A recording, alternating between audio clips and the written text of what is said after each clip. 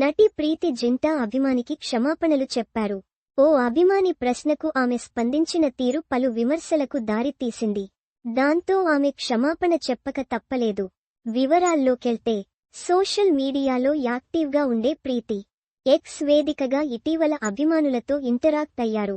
వారు అడిగిన ప్రశ్నలకు సమాధానాలిచ్చారు. ఈ క్రమంలో ఓ అభిమాని, హిందుత్వంపై మీ అభిమానం చూస్తుంటే మీరు భాజపాలో చేరతారేమో అనిపిస్తుంది.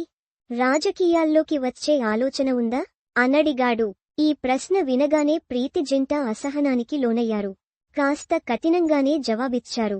దేవాలయాలకు, కుంభమేళాలకు వెళ్తే భాజపాలో చేరినట్టేనా? అంటే నా సంస్కృతిని, నా ధర్మాన్ని గౌరవించడం కూడా నేరమేనా? ఈ సోషల్ మీడియాతో వచ్చే ఇబ్బంది ఇదే. ప్రతి ఒక్కరూ ఇక్కడ జడ్జ్ చేసేవారే అంటూ ఘాటు స్పందించారు ప్రీతి జింటా. అయితే నెట్టింట ఆమె ప్రవర్తించిన తీరుపై విమర్శలు వెల్లువెత్తాయి.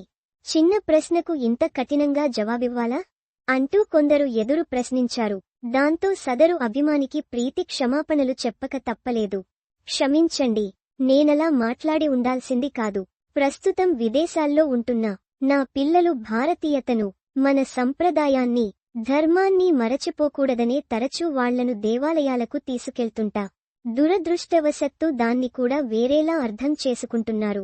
రాజకీయం చేస్తున్నారు, అందుకే అలా మాట్లాడా అంటూ వివరణ ఇచ్చారు ప్రీతి జింటా.